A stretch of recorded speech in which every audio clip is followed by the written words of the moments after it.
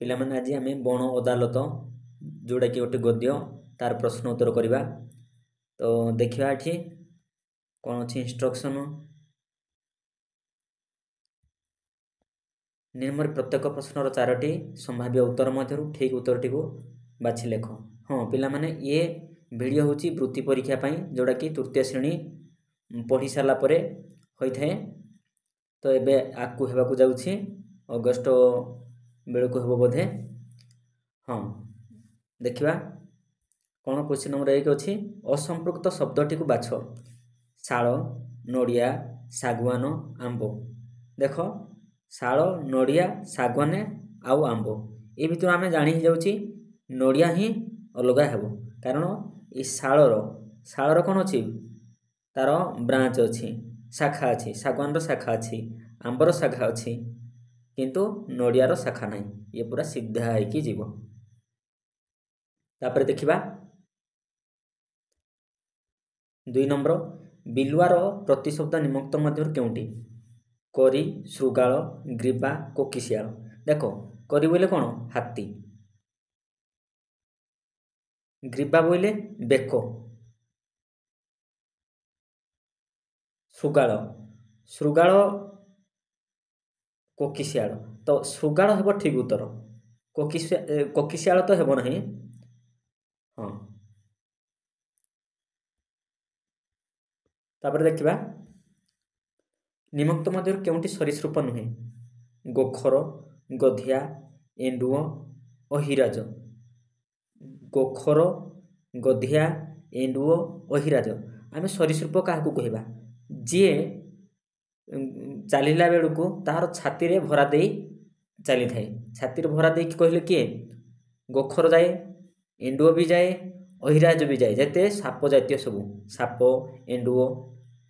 ଗଧିଆ କିନ୍ତୁ ନୁହଁ, ଗଧିଆ ସବୁ ଗୋଡ଼ରେ ଚାଲନ୍ତି, ଛାତିରେ ସେମାନେ ଘୁଷୁରି ଘୁଷୁରି ଯାଆନ୍ତି ନାହିଁ। ତେଣୁକରି ଇଏ ହେବ ଅଲଗା, ବା ଇଏ ସରୀସୃପ ନୁହେଁ। ଯେତେ ସରୀସୃପ ସେମାନେ ଛାତିରେ ଭରା ଦେଇ ଯାଆନ୍ତି। ତାପରେ ଧ୍ୱନି ଶବ୍ଦର ବିପରୀତ ଶବ୍ଦଟି କ'ଣ? ନିର୍ଧ୍ୱନି, ନିର୍ଧନ, ନିର୍ଧନ, ନିର୍ଧନ। ଦେଖ, এইটা ହେବ ଠିକ୍ ଉତ୍ତର। ସବୁବେଳେ ଦେଖିଥିବା ଧ୍ୱନିର ନିର୍ଧନ ହିଁ ହେବ। ନିର୍ଧନ କେଉଁ ଭଳିଆ ଲେଖାଯାଇଥିବ? ଏଇଭଳିଆ ହିଁ ଲେଖାଯାଇଥିବା ଦରକାର। ତାପରେ 5 ନମ୍ବର, ନିମ୍ନୋକ୍ତ ମଧ୍ୟରୁ କେଉଁଟି ଠିକ୍ ନୁହେଁ? କାକ କହିଲେ କୁଆ, ଠିକ୍ ଅଛି। ମାନବ କହିଲେ ମଣିଷ, ଠିକ୍ ଅଛି। ହସ୍ତି, କରି, ଠିକ୍ ଅଛି। ଧରା କହିଲେ ଆକାଶ, ନାହିଁ, ଧରା କହିଲେ ଆକାଶ ନୁହଁ, ଧରା କହିଲେ ପୃଥିବୀ। ତାପରେ 6 ନମ୍ବର, ବଣ ଅଦାଲତରେ ରାଜା କିଏ ଥିଲେ? ହାତୀ, ମହାବଳ ବାଘ, ଚିତାବାଘ, ଭଲୁକ। ମହାବଳ ବାଘ ଥିଲେ। ଚିତାବାଘ କ'ଣ ଥିଲେ? ସେନାପତି। କ'ଣ? ପ୍ରଧାନ ସେନାପତି। ଭଲୁକ କ'ଣ? ପ୍ରଧାନମନ୍ତ୍ରୀ।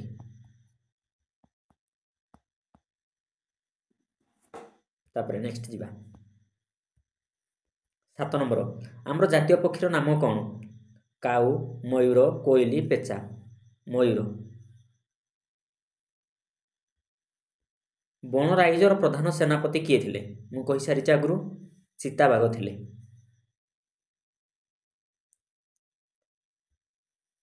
9 ନମ୍ବର, ମଣିଷ 2 ଜଣ ହାତରେ କ'ଣ ଧରିଥିଲେ? ଧନୁତୀର, ବନ୍ଧୁକ, ଛୁରୀ, ବର୍ଚ୍ଛା। ଠିକ୍ ଉତ୍ତର ହେଉଛି ବନ୍ଧୁକ। ଅଦାଲତ ଶେଷରେ କିଏ ନିଷ୍ପତ୍ତି ଶୁଣାଇଲେ? ଚିତାବାଘ, ଭଲୁକ, ସିଂହ, ମାଙ୍କଡ଼। ଠିକ୍ ଉତ୍ତର ହେବ ଭଲୁକ। ପିଲାମାନେ, ଏ ଭିଡ଼ିଓଟି ଯଦି ଭଲ ଲାଗୁଛି ନିହାତି ଲାଇକ୍ କରିବା, ଯଦ୍ୱାରା କି ମୋତେ ମୋଟିଭେସନ୍ ମିଳିବ, ଆକୁ ଭିଡ଼ିଓ ପକାଇବା ପାଇଁ ମୋତେ ଖୁସି ଲାଗିବ।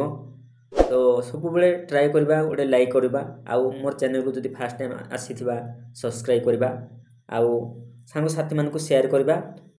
ଦେଖିବା 11 ନମ୍ବର, ମଣିଷ 2ଟି ବିରୁଦ୍ଧରେ କିଏ ପ୍ରଥମେ ବଣ ଅଦାଲତରେ ଅଭିଯୋଗ ଆଣିଲା? ହନୁ ମାଙ୍କଡ଼, ଭାଲୁ, ହାତୀ, ଅଜଗର। ରାଇଟ୍ ଆନ୍ସର ହେଉଛି ହନୁ ମାଙ୍କଡ଼। 11 ନମ୍ବର କ। ତାପରେ ଦେଖିବା 12 ନମ୍ବର ଭିତରକନିକା ଓ ଟିକରପଡ଼ା ଜଙ୍ଗଲ ବିଷୟରେ ବଣ ଅଦାଲତରେ କିଏ କହିଲା? ଡାମରା କାଉ, ବିଲୁଆ, ଶାଳଗଛ, ଅଜଗର। ଡାମରା କାଉ। ତାପରେ ଦେଖିବା ଚିଲିକା ପରି ପକ୍ଷୀମାନଙ୍କ ଅଭୟାରଣ୍ୟ ଆଜି ଅରକ୍ଷିତ ହୋଇପଡ଼ିଛି ବୋଲି ବଣ ଅଦାଲତରେ କିଏ କହିଲା? ରାଇଟ୍ ଆନ୍ସର୍ ହେଉଛି ସାରସ ପକ୍ଷୀ। 14 ନମ୍ବର କେଉଁ ଜଙ୍ଗଲରେ ବଣ ଅଦାଲତ ବସିଥିଲା? ଟିକରପଡ଼ା ଜଙ୍ଗଲରେ, ଭିତରକନିକା ଜଙ୍ଗଲରେ, ଉଷାକଠି ଜଙ୍ଗଲରେ, ଚନ୍ଦକା ଜଙ୍ଗଲରେ। ଉଷାକଠି ଜଙ୍ଗଲରେ।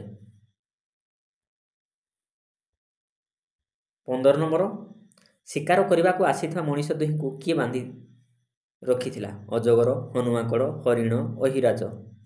ଅହିରାଜ। 15 ନମ୍ବର ଯେଉଁଟାକି ଘ ଉତ୍ତର ହେବ। ତାପରେ 16 ନମ୍ବର କେଉଁ ବାଷ୍ପ ଆମେ ପ୍ରଶ୍ୱାସରେ ଗ୍ରହଣ କରୁ? ଆମେ ସମସ୍ତେ ଜାଣିଛନ୍ତି ଗ୍ରହଣ କଲା ବେଳକୁ ଅମ୍ଳଜାନ, ଛାଡ଼ିଲା ବେଳକୁ କ'ଣ? ଅଙ୍ଗାରକାମ୍ଳ। ତାପରେ 17 ନମ୍ବର ଆମକୁ କିଏ ଅମ୍ଳଜାନ ବାଷ୍ପ ଯୋଗାଇ ଦିଅନ୍ତି? ପଶୁ, ମଣିଷ, ବୃକ୍ଷ, ପକ୍ଷୀ। ହଁ, ବୃକ୍ଷ। କିଛି ପିଲା ଜାଣିନାହାନ୍ତି ବୃକ୍ଷ ବୋଇଲେ କ'ଣ? ବୃକ୍ଷ କହିଲେ ଗଛ। କ'ଣ? ଗଛ। ତାପରେ ଦେଖିବା 18 ନମ୍ବର କେଉଁ ପକ୍ଷୀଟି ବଣ ଅଦାଲତରେ ଉପସ୍ଥିତ ନଥିଲା? ପେଚା, ପାରା, କୋଇଲି, ମୟୂର। ପେଚା ନଥିଲା। 19 ନମ୍ବର ଉଷାକଠି ଜଙ୍ଗଲ କେଉଁ ଜିଲ୍ଲାରେ ଅବସ୍ଥିତ? ମୟୂରଭଞ୍ଜ, କେଉଁଝର, ଦେବଗଡ଼, କେନ୍ଦ୍ରାପଡ଼ା। ଦେବଗଡ଼ ଜିଲ୍ଲାରେ। ଦେବଗଡ଼ ଜିଲ୍ଲାଟା ଆଗରୁ ସମ୍ବଲପୁର ଜିଲ୍ଲାରେ ଥିଲା, ତେଣୁକରି କିଛି ପିଲା ସମ୍ବଲପୁର ବି କହି ପକାନ୍ତି, କିନ୍ତୁ ବର୍ତ୍ତମାନ ଦେବଗଡ଼ ଜିଲ୍ଲାରେ। ଦେଖିବା 20 ନମ୍ବର ବଣ ଅଦାଲତରେ ମହାରାଜାଙ୍କର ବାମ ପଟେ କିଏ ବସିଥିଲା? ମହାମନ୍ତ୍ରୀ ଭଲ୍ଲୁକ, ପ୍ରଧାନ ସେନାପତି ଚିତାବାଘ, ହାତୀ, ଗଧିଆ। ପ୍ରଧାନ ସେନାପତି ଚିତାବାଘ। ତାପରେ ସର୍ପମାନଙ୍କ ମଧ୍ୟରେ ରାଜା କିଏ? ସର୍ପମାନଙ୍କ ମଧ୍ୟରେ ଅହିରାଜ, ଗିରିରାଜ, ଅରିରାଜ କୌଣସି ନୁହେଁ। ଅହିରାଜ। ସର୍ପ କହିଲେ କ'ଣ? ସାପ। ସର୍ପ କହିଲେ ସାପ।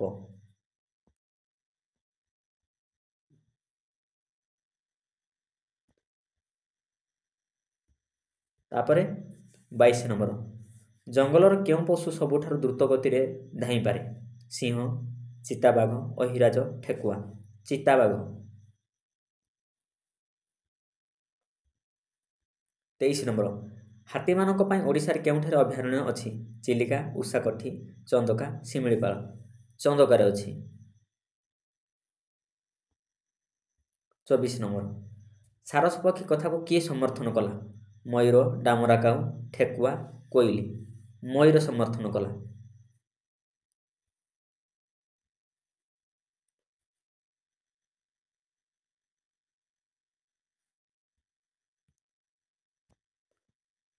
ସରି 24 ନମ୍ବରର ମୟୂର, ଠେକୁଆ, ଡାମରା କାଉ, କୋଇଲି। ଠେକୁଆ ହେବ ଠିକ୍ ଉତ୍ତର। 25 ନମ୍ବର ମଣିଷ ଦିନକୁ ଦିନ ବଡ଼ ସ୍ୱାର୍ଥପର ଓ ଅବିବେକୀ ହୋଇଯାଉଛି, ଏହା କିଏ କହିଛି? ଡାମରା କାଉ, ମୟୂର, କୋଇଲି, ସାରସ ପକ୍ଷୀ। ରାଇଟ୍ ଆନ୍ସର୍ ହେବ ମୟୂର।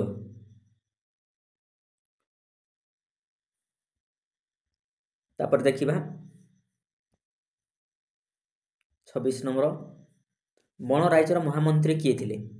ବାଘ, ବିଲୁଆ, ଗଧିଆ, ଭଲ୍ଲୁକ। ଭଲ୍ଲୁକ। ତାପରେ 27 ନମ୍ବର ବଣ ଅଦାଲତରେ କିଏ ନିଜର ଟାଣୁଆ ନିଶକୁ ଚମକାଇ ହେଣ୍ଟାଳଟିଏ ଛାଡ଼ିଲା? ବାଘ, ହାତୀ, ଚିତାବାଘ, ଭଲ୍ଲୁକ। ବାଘ। 28 ନମ୍ବର ଭାରତର ଜାତୀୟ ପଶୁ କିଏ? ସିଂହ, ହାତୀ, ଅଶ୍ୱ, ବାଘ। ବାଘ। 29 ନମ୍ବର ବିଲୁଆ କଥାକୁ କିଏ ସମର୍ଥନ ଜଣାଇଲା? ହାତୀ, ପାତିମାଙ୍କଡ଼, ଗଧିଆ, ଚିତାବାଘ। ବିଲୁଆ ଯେଉଁ ଟାଇପ୍ର ସିଏ ସେଇ ଟାଇପ୍ର ଗୋଟେ ଜଣାଇବ। କିଏ? ଗଧିଆ। ତାପରେ 23 ନମ୍ବର ଓଡ଼ିଶାର କେଉଁଠାରେ ହରିଣ ପାଇଁ ଅଭୟାରଣ୍ୟ ରହିଛି? ଚନ୍ଦକା, ଉଷାକଠି, ଭିତରକନିକା, ଶିମିଳିପାଳ। ରାଇଟ୍ ଆନ୍ସର୍ ହେଉଛି ଉଷାକଠି। तापर 31 नंबर मनीष दुईटी को छाड़ी दिया जाओ बोली किए कहला व्याघ्र भल्लुक हाथी हनुमांकड़ भल्लुक कहला 32 नंबर दुई जन मनीष को किए बांधी रखी बाघ बिलुआ गधिया अहिराज अहिराज बांधी रखी 33 नंबर बणराइजर प्रधान सेनापति किए थे बणराइजर प्रधान सेनापति थे चिताबाघ है भल्लुक कौन थे मंत्री थे प्रधान मंत्री मंत्री